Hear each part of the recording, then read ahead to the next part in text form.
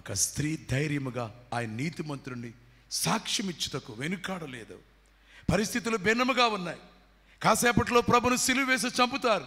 రోమా సైనికులు సిద్ధముగా ఉన్నారు. అధిపతులందరూ ఏకీభవించారు.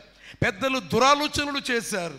యూదులు రోమన్లు ఏకీభవించి ఒక్క దీనస్థితిలో నిలబడిన దయామయుణ్ణి క్రూర మృగాలన్నీ దాడి చేసి, ఒక జింక పిల్ల మీద దాడి చేసి చంపడానికి వచ్చినట్టుగా కాచుకొని ఉన్న సమయంలో ఒక వర్తమానం పంపించింది. ఆయన నీతిమంతుడు, ఆయన జోలికి వెళ్ళొద్దు. విన్నాడా పిలాతు? లేదు. తెలుసు. ఎందుకు? అతడు ఏ దుష్కార్యము చేశాను అని ఒక మాట అన్నాడు. ఈయన యందు ఏ దోషము నాకు కనబడలేదు అని ఇంకో మాట అన్నాడు. చేతులు కడుక్కున్నాడు.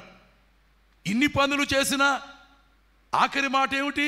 సిలువ వేయుటకును కొరడాలతో కొనుటకును యేసును వారికి అప్పగిస్తూ, ఇదిగో ఈ మనుష్యుడు. ఏం చేసుకుంటారో చేసుకోండి. కొరడాలతో కొడతారా కొట్టండి, చంపుతారా చంపండి. ఎందుకయ్యా? ముందు చెప్పిన 3 మాటలు విలువ లేకుండా అయిపోయినవి. నీ భార్య చెప్పింది వినలేదు నీవు.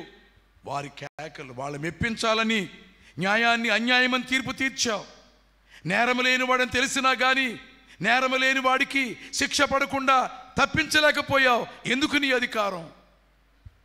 ఏమయ్యాడు పిలాతు?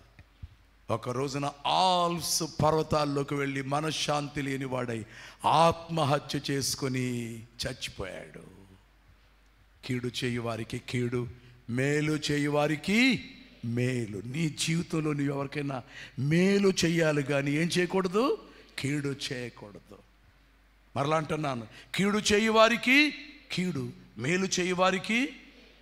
ఎలా నడుస్తాయో ఈ జీవిత దినాలు. ఇంకా చాలా కాలం జాగ్రత్తగా ఉండాలి. నీ జీవితం ముగింపు ఎప్పుడో తెలియదు, కానీ నీ జీవితం ముగింపు అయ్యే లోపు నువ్వు చాలా జాగ్రత్తగా జీవించి సాక్ష్యం ఇవ్వాలి ప్రభు నీతిమంతుడని.